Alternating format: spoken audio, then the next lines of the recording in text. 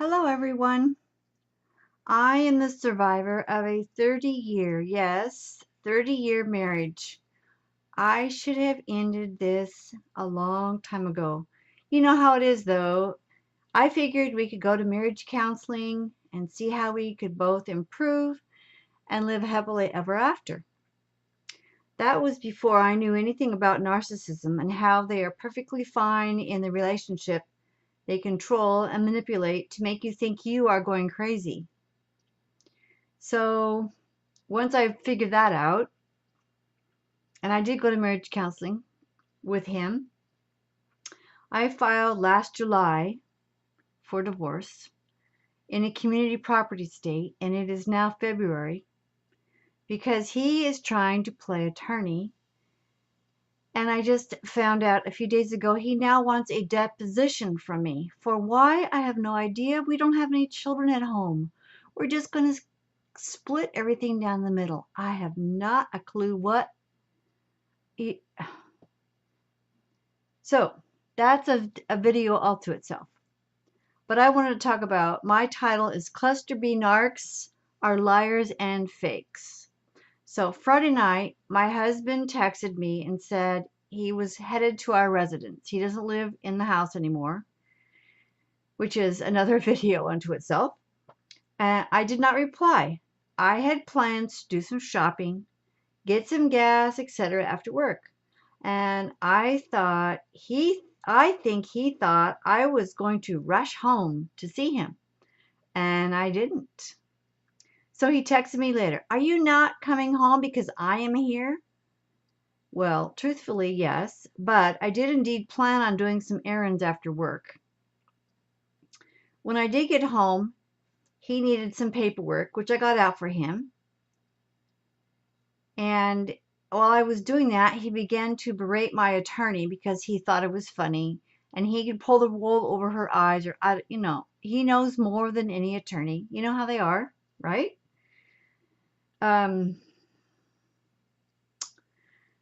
So I told him it was unprofessional to act like that and to grow up. So a few minutes later, he wanted to know what my plan was to prepare the house for sale. So I briefly explained to him my plan, and then he started talking about the junk outside, his junk, and what he was going to do. And he told me he was going to take the dump trailer. We have an acreage. He was going to take the dump trailer and go to the dump then the next day. And I suggested it could be filled more because it was only probably half full. But I couldn't do it on Saturday because I had other things that I needed to do. So he didn't like my attitude. He said if I continued in that attitude, he would leave. And this is kind of funny. I looked at him and said, "Good." I don't think he could believe it. He stormed out of the house, and I thought to myself, well, good riddance. So then a few minutes later, he sent me a text. "I truly feel bad for you. You can't possibly think you have the spirit." So he was using religion on me to shame me. Then he sent me a quote from a church leader about forgiveness. Now, I'm not exactly sure what he was forgiving me. I'm supposed to forgive him. He accuses me of not forgiving him. How do you forgive somebody who hasn't said they're sorry? Anyway, I was totally confused about that, but I really didn't care. So Saturday morning came and went, and then he shows up about 2 o'clock Saturday afternoon. And he starts loading his items that we agreed he could have. Then he starts in on items we haven't agreed upon. So he pushes me out of the way with his body if I don't move quickly enough. And I decide, okay, it's time to turn on the recorder on my phone because he can't control himself. I make him mad. So I turn on the recorder and I took pictures of the items he had in the yard ready to load, including the stuff that we hadn't agreed on. And there was a rifle there that we purchased. It was brand new, never used. I told him I would like to keep the new rifle since he had the old rifle and the new shotgun. And that is when the abusive phrases started spilling forth out of his mouth at the highest octave possible there in the yard. I hope the neighbors heard. I don't know. I showed him my phone and that I was recording. He was so mad. He went to knock the phone out of my hand, but I pulled it back. That is when he made a fist, cocked back his arm, and moved towards me with a look of anger and hate on his face. No, he didn't hit me. It was intimidation, but he could have. He is unstable, and I have no intention of trusting the man. And he finally left. I told my daughter of this, and she called and confronted him. She lives in another state. But of course, he texted me, told me I was lying. I had planned the whole thing because I recorded him, and he accused me of starting trouble. I texted back and told him he had started the trouble when he began taking items not previously agreed upon.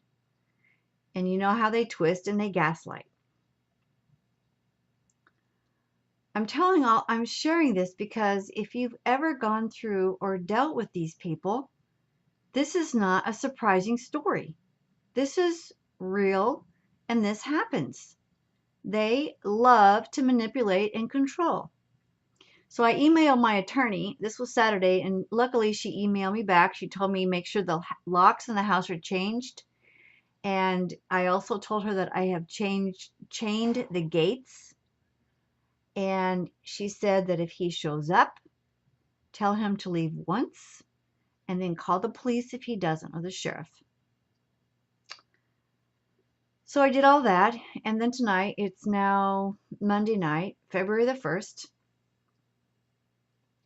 I sent him, we've been corresponding through talkingparents.com, where those things are recorded. You can use them if you need to in court.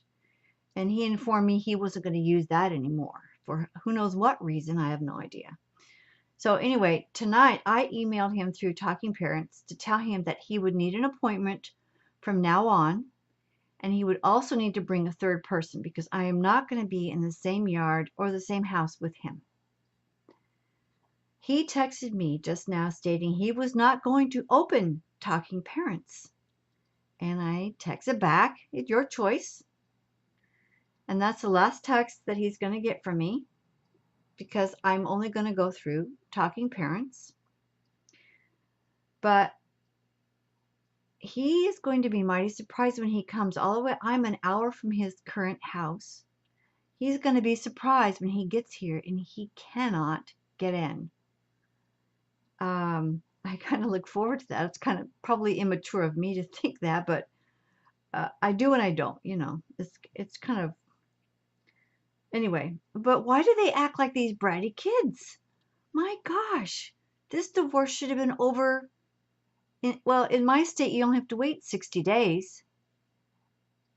Oh, it's so frustrating. But I hope that somebody can use this information, apply it to their current situation.